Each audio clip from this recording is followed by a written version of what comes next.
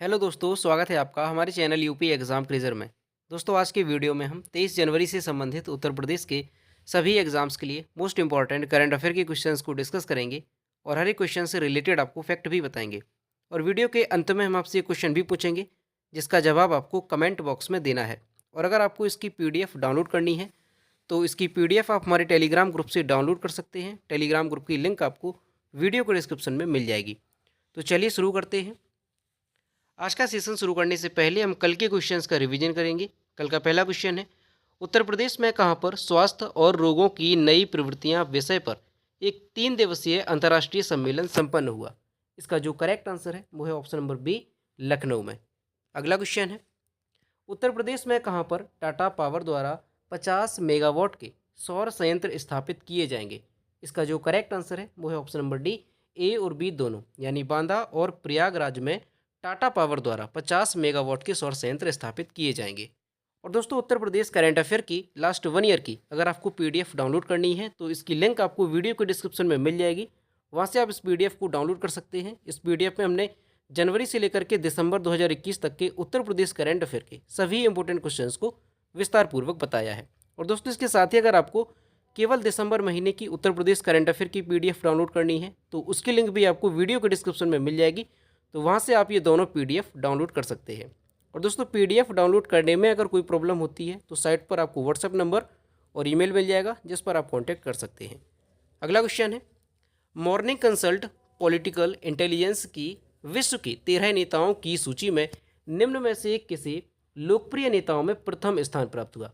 इसका जो correct answer है वो है ऑप्शन नंबर ए, प्रधानमंत्री श्री नरेंद्र मोदी को।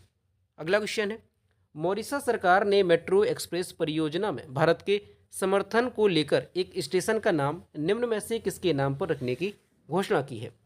तो मॉरिशस सरकार ने एक मेट्रो स्टेशन का नाम जो है महात्मा गांधी के नाम पर रखने की घोषणा की है, यानी ऑप्शन नंबर सी यहाँ पे करेक्ट होगा।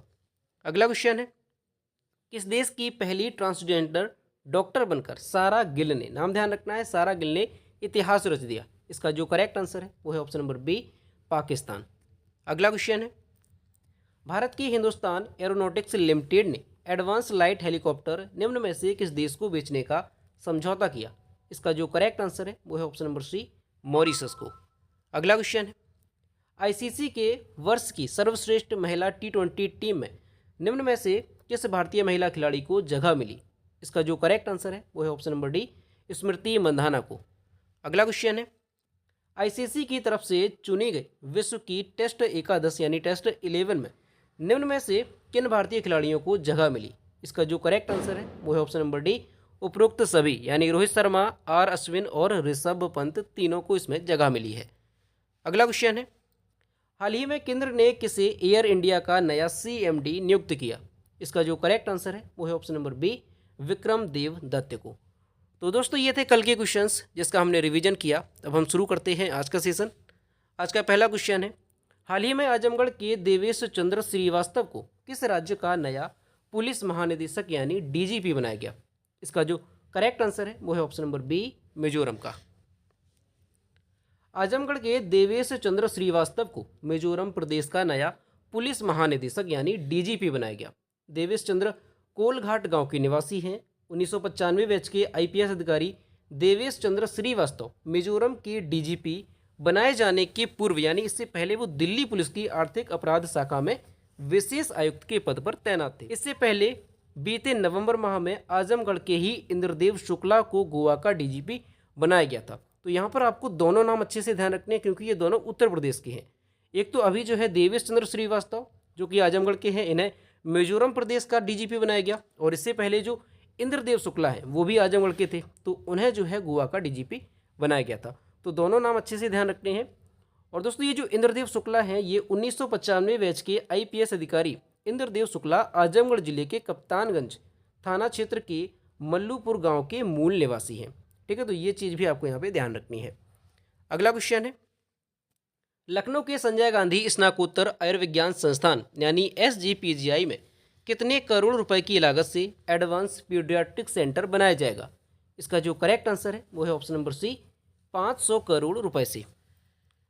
हाल ही में मुख्यमंत्री योगी आदित्यनाथ ने एसजीपीजीआई लखनऊ में इमरजेंसी मेडिसिन और किडनी ट्रांसप्लांट सेंटर का लोकार्पण किया और इसके साथ ही एसजीपीजीआई में लगभग 500 करोड़ रुपए की लागत से एडवांस पीडियाट्रिक सेंटर बनाने की भी घोषणा की है। तो आपको ध्यान रखना है कि अभी जो मुख्यमंत्री योगी आदित्यनाथ हैं उन्होंने एसजीपीजीआई लखनऊ में 500 करोड़ रुपए की लागत से एक एडवांस पीडियाट्रिक सेंटर बनाने की घोषणा की है। अगला क्वेश्चन है, नुसंतारा को किस देश में अपनी नई राजधानी घोषित किया गया? इसका जो करेक्ट आंसर है वो है ऑप्शन नंबर बी, इंडोनेशिया को, यानी इंडोनेशिया की नई कैपिटल बनाई गई है। नाम क्या है इसका? तो नुसंतारा को नई कैपिटल बनाया गया है। इंडोनेशिया देश ने नुसंतारा को, अच्छे से नाम ध्यान रखने, क्वेश्चन मोस्ट इंपॉर्टेंट है, आने वाले एग्जाम में यहाँ से क्वेश्चन पूछा जाएगा कि इंडोनेशिया की जो नई कैपिटल बनी है तो उसका नाम क्या है? तो नुसंतारा। इसको जो है अपनी नई राजधानी घोषित किया है इंडोनेशिया ने जकार्ता की जगह, यानी इंडोनेशिया की जो अब तक कैपिटल थी वो क्या थी? तो जकार्ता अभी तक इंडोनेशिया की कैपिटल थी, लेकिन अब जो है इसकी कैपिटल हो गई है नुसंतारा। तो ये चीज़ आपको ध्यान रखनी है। देश की संसद के द्वारा नई राजधानी बनाने के लिए नुसंतारा पर 32 अरब डॉलर खर्च करने की भी घोषणा की है। देश की संसद ने जकार्ता के डूबने का खतरा होने की वजह से नुसंतारा को राजधानी बनाने की बात कही। इस विशालकाय बोर्नियो द्वीप स्थित नई राजधानी नुसंतारा का हिंदू धर्म से भी पुराना नाता है। तो दोस्तों ये क्वेश्चन मोस्ट इंपॉर्टेंट है, अच्छे से ध्यान रखना है कि इंडोनेशिया की जो नई कैपिटल है वो क्या बन गई है? तो नुसंतारा इंडोनेशिया की नई कैपिटल बन गई है।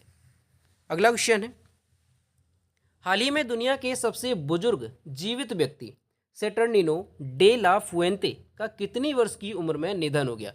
इसका जो करेक्ट आंसर है वो है ऑप्शन नंबर ए, 112 वर्ष की उम्र में। और यहाँ पर आप इमेज में देख सकते हैं ये थे अब तक के जीवित सबसे बुजुर्ग व्यक्ति। नाम क्या था? तो सेटर्निनो डे ला फुएंते, जिनका 112 वर्ष की उम्र में निधन हो गया।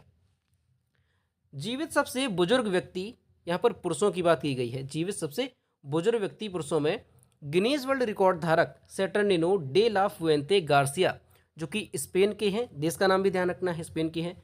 तो उनका जो है 112 वर्ष और 341 दिन की आयु में निधन हो गया। सेटर्निनो ने सितंबर 2021 में सबसे उम्रदराज व्यक्ति पुरुषों के रूप में रिकॉर्ड का दावा किया, जब वह ठीक 112 वर्ष और 211 दिन के थे। उनका जन्म 11 फरवरी 1909 को स्पेन में लियोन के फुएंते कास्त्रो पड़ोस में हुआ था। ठीक है, तो ध्यान रखना है कि जो अभी तक के वर्तमान में सबसे उम्रदराज जीवित व्यक्ति थे उनका नाम था सेटर्निनो डे ला फुएंते गार्सिया। तो इनका जो है अभी निधन हो गया है और इनकी उम्र कितनी थी? तो 112 वर्ष और 341 दिन की उम्र में इनका निधन हुआ है। किस देश के थे? तो ध्यान रखना है स्पेन के ये निवासी थे। अगला क्वेश्चन है, हाल ही में किसने वैश्विक बेरोजगारी की world employment and social outlook report 2022 शीर्षक से अपनी रिपोर्ट जारी की? इसका जो करेक्ट आंसर है वो है ऑप्शन नंबर सी, अंतर्राष्ट्रीय श्रम संगठन ने। अंतर्राष्ट्रीय श्रम संगठन ने world employment and social outlook report की शीर्षक से अपनी एक रिपोर्ट जारी की है। इस रिपोर्ट में आईएलओ ने, यानी अंतर्राष्ट्रीय श्रम संगठन ने 2022 में वैश्विक बेरोजगारी 207 मिलियन रहने का अनुमान लगाया है। 2022 में वैश्विक बेरोजगारी 207 मिलियन तक पहुंच जाएगी और यह 2019 की तुलना में लगभग 21 मिलियन अधिक है। 2022 में काम के कुल घंटे महामारी से पहले के स्तर से लगभग 2% कम होंगे। 2022 में 52 मिलियन पूर्णकालिक समकक्ष नौकरियों की कमी होगी। ठीक है, तो ये चीज़ भी ध्यान रखनी कि 2022 में नौकरियों की भी कमी होगी। 2022 में लगभग 40 मिलियन लोग वैश्विक श्रम शक्ति में भाग नहीं लेंगे।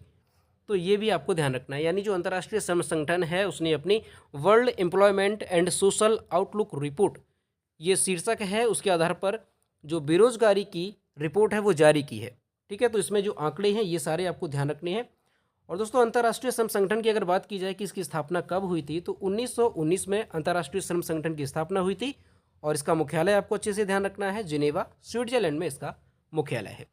अगला क्वेश्चन है, किसने ऊँटों के लिए दुनिया का पहला होटल बनाया? इसका जो करेक्ट आंसर है वो है ऑप्शन नंबर बी, सऊदी अरब ने। सऊदी अरब में ऊँटों के लिए दुनिया का पहला होटल या रिसोर्ट विकसित किया गया। इस होटल में ऊँटों को पैम्पर किया जाएगा। सऊदी अरब में द टॉटमैन, ये नाम ध्यान रखना है, इस होटल का नाम है टॉटमैन। इस होटल को लॉन्च किया गया जिसमें उनके गर्म दूध के साथ ट्रिमिंग, नहाने और स्क्रब करने की व्यवस्था उपलब्ध कराई गई है।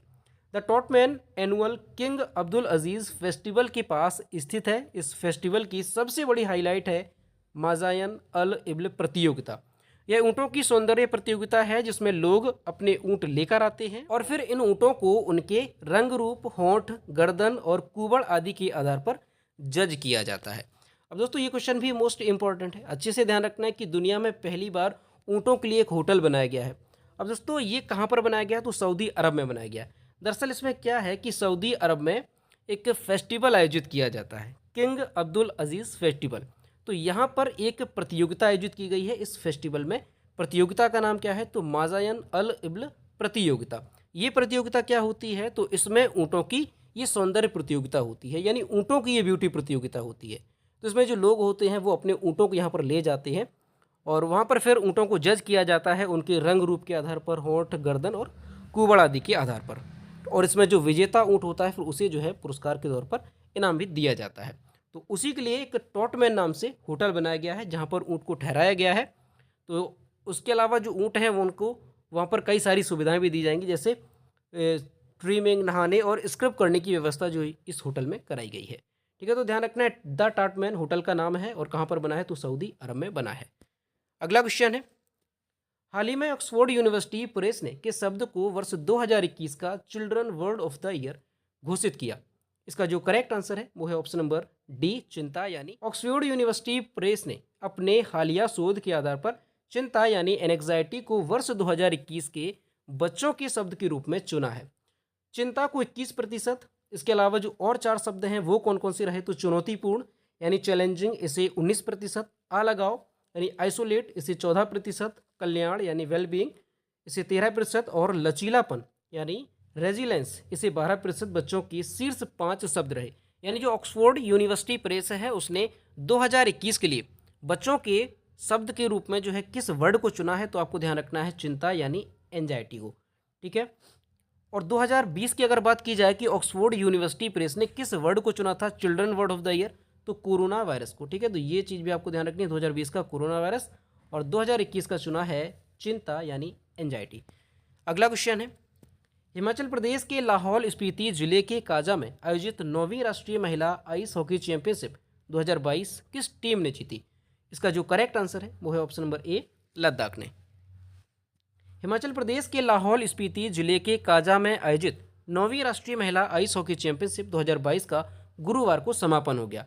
लद्दाख की महिला टीम ने खिताब पर कब्जा किया, वहीं चंडीगढ़ की टीम जो है इसमें उपविजेता रही और दिल्ली सेकंड रनर अप रही। इस मैदान इवेंट में हिमाचल प्रदेश, तेलंगाना, आईटीबीपी, लद्दाख, चंडीगढ़, दिल्ली और लद्दाख की टीमों ने इसमें हिस्सा लिया था। तो ध्यान रखना है कि हिमाचल प्रदेश के जो लाहौल स्पीति जिले के काजा में आयोजित थी 9वीं राष्ट्रीय महिला आइस हॉकी चैंपियनशिप 2022, तो उसका समापन हो गया है और इसमें किस महिला टीम ने खिताब पर कब्जा किया? तो लद्दाख की महिला टीम ने। अगला क्वेश्चन है, हाल ही में अमेरिका के अल्बामा में कैनेडी स्पेस सेंटर में नासा के अंतर्राष्ट्रीय वायु और अंतरिक्ष कार्यक्रम यानी IASP को पूरा करने वाली पहली भारतीय कौन बन गई? इसका जो करेक्ट आंसर है वो है option number C, Jahnavi Dangeti. Andhra Pradesh की एक युवा लड़की जानवी डांगेती ने हाल ही में अमेरिका के अल्बामा में कैनेडी स्पेस सेंटर में नासा के अंतर्राष्ट्रीय वायु और अंतरिक्ष कार्यक्रम यानी IASP को पूरा किया है, जिससे वह यह उपलब्धि हासिल करने वाली पहली भारतीय बन गई हैं। वह दुनिया भर के 20 छात्रों के ध्यानपूर्वक चुने गए समूह का हिस्सा हैं। वह एक भारतीय निजी एरोस्पेस कंपनी स्टार का फुल फॉर्म ध्यान रखना है, space technology and aeronautical rocketry star का फुल फॉर्म है। तो इस स्टार कंपनी के सहज जो है ये कई संगठनों की कैंपस एम्बेसडर रही हैं। वह international organisation of aspiring astronauts की सदस्य हैं। उन्होंने नासा, इसरो और अन्य अंतरिक्ष एजेंसियों के कई कार्यक्रमों और कार्यशालाओं में भाग लिया है। तो दोस्तों इनका नाम अच्छे से ध्यान रखना है कि ये आंध्र प्रदेश की हैं, नाम है इनका जानवी डांगेती और इन्होंने जो है हाल ही में अमेरिका के अल्बामा में कैनेडी स्पेस सेंटर में नासा के अंतर्राष्ट्रीय वायु और अंतरिक्ष कार्यक्रम को पूरा किया है। तो इस वजह से ये इस उपलब्धि को हासिल करने वाली पहली भारतीय बन गई हैं। अगला क्वेश्चन है, किस राज्य में कैप्टन विक्रम बत्रा की प्रतिमा का अनावरण किया गया? इसका जो करेक्ट आंसर है वो है ऑप्शन नंबर सी, हिमाचल प्रदेश। हिमाचल प्रदेश राज्य में स्थित पालमपुर सेना छावनी हुल्टा में कारगिल युद्ध के हीरो परमवीर चक्र विजेता कैप्टन विक्रम बत्रा की प्रतिमा को स्थापित किया गया। इस प्रतिमा का अनावरण लेफ्टिनेंट जनरल वाई के जोशी की मौजूदगी में विक्रम बत्रा की माता कमलाकांता बत्रा एवं पिता गिरधारी लाल बत्रा की उपस्थिति में किया गया। विक्रम बत्रा को 1947 के बाद पाकिस्तान और चीन के साथ हुए युद्ध के लिए वीरता और शौर्य के सम्मान हेतु परमवीर चक्र दिया गया था। तो दोस्तों ध्यान रखना है कि जो कैप्टन विक्रम बत्रा हैं, जिन्होंने कारगिल के युद्ध में एक बहुत ही महत्वपूर्ण भूमिका निभाई थी और लड़ते लड़ते ये शहीद हुए थे, तो इनकी जो है एक प्रतिमा को हिमाचल प्रदेश में स्थापित किया गया है। कहाँ पर? तो पालमपुर सेना छावनी हुल्टा में स्थापित किया गया है इनकी प्रतिमा को। ठीक है दोस्तों, इनके ऊपर एक मूवी भी बनी थी इनके जीवन पर आधारित। कौन सी? तो शेरशाह नाम से। और उसमें जो सिद्धार्थ मल्होत्रा एक्टर हैं जिन्होंने इनकी भूमिका निभाई है, तो उस मूवी में जो है कैप्टन विक्रम बत्रा की पूरी स्टोरी बताई गई है। अगर आपने वो मूवी नहीं देखी है तो उस मूवी को एक बार आप देखेंगे तो आपको इनकी पूरी स्टोरी पता चल जाएगी। और दोस्तों अगर बात की जाए कि जो कारगिल युद्ध है ये कब हुआ था, तो मई से लेकर के जुलाई तक युद्ध चला था 1999 में। ठीक है, तो ये चीज़ भी आपको ध्यान रखनी कारगिल युद्ध की। तो दोस्तों ये थे 23 जनवरी से संबंधित उत्तर प्रदेश के सभी एग्जाम्स के लिए मोस्ट इंपॉर्टेंट करंट अफेयर के क्वेश्चन जो कि हमने डिस्कस किए। अब हम देखते हैं कल के वीडियो को क्वेश्चन जो हमने आपसे पूछा था। तो यह कल के वीडियो को क्वेश्चन जो हमने आपसे पूछा था, दिसंबर 2022 में कनहर सिंचाई परियोजना पूरी हो जाने के बाद यूपी के कितने गांव भारत के नक्शे से गायब हो जाएंगे? इसका जो करेक्ट आंसर था वो ऑप्शन नंबर बी था, 11 गांव। और लगभग सभी स्टूडेंट्स ने इसके सही जवाब किए। और मैं आपसे हर रोज़ कहता हूँ कि जो भी क्वेश्चन आपसे पूछा जाए तो सभी लोग क्वेश्चन का आंसर जरूर किया करो। तो ये है आज का क्वेश्चन, किस देश के वैज्ञानिक ने धरती पर ही कृत्रिम चंद्रमा बनाया? ऑप्शन नंबर ए है जापान, बी है रूस, सी है अमेरिका और डी है चीन।